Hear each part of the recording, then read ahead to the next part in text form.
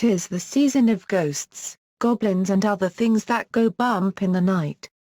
And while most Halloween terrors are totally harmless, think jack-o'-lanterns and pointed hats, the frightful holiday might make you wonder, is it really possible to be scared to death? There's no question about it, the answer is yes, said Dr. Robert Glatter, an emergency physician at Lenox Hill Hospital in New York. When people feel an overwhelming fear, their fight-or-flight response jumps into action. This response likely benefited early humans when they faced a menacing beast or aggressor, giving them the necessary adrenaline to either fight the attacker or flee the scene, Glatter said.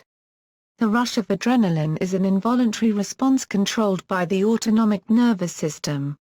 When faced with a fight-or-flight scenario, a person will experience rapid heart rate, dilated pupils and increased blood flow to the muscles, Glatter said. Unfortunately, increased levels of adrenaline can damage the heart, Glatter told Live Science. When adrenaline is released, it triggers calcium channels in the heart to open. Calcium rushes into the heart cells, which causes the heart muscle to contract strongly, Glatter said. Basically, in a massive response, the calcium keeps on pouring in, and the heart muscles can't relax.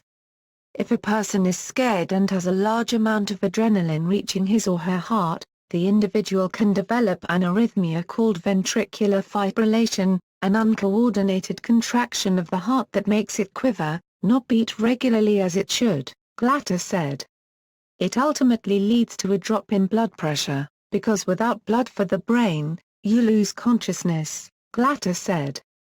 A terrifying event, be it a gun held to someone's head or a chilling Halloween trick, can trigger this disorganized heart movement, turning a scary situation into a deadly one, he said. Fear isn't the only trigger, any type of extreme emotion can trigger the reaction. High levels of adrenaline can lead to death during sexual intercourse, religious fervor or sporting events, Glatter said.